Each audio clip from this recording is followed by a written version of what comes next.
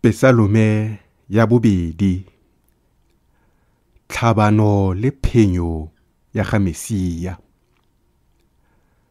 Kana merafe e huduelang, ditšhaba di akanyetsang dilo tsa boithamako, dikgosi tsa lefatshe di a ikemisa, le babusi ba nnela go logisana maano a go lwa le morena le motlodiwa wa gagwe ba re, a re kgaoleng dikgole tsa bone, megala ya bone re e tlose mo go rona, re e latlhe.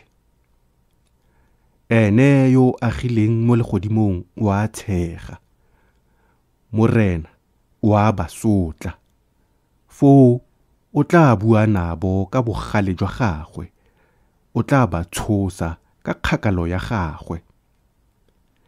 Mme nna kana ke tlhomile kgosi ya me mo Sione, mo thabeng ya me e boitshepo.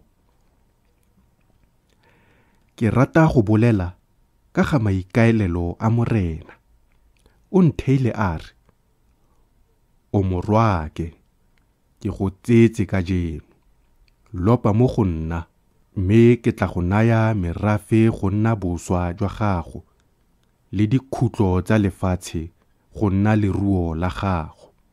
O tla ba robaganya ka thobane ya tshipi, o tla ba thubaganya jaaka sejana sa letsopa. Ka mohe, tlhalefang lona dikgosi, tlhagisiwang lona baatlhodi ba lefatshe, direlang morena ka poifo, lo dudwetse ka thoromo, a tlang morwa gore a seke a gakala, mme lo a latlhega mo tseleng, gonne bogale jwa gagwe bo ka kofa jwa tuka, go se go bone botlhe ba ba mo ikanyang.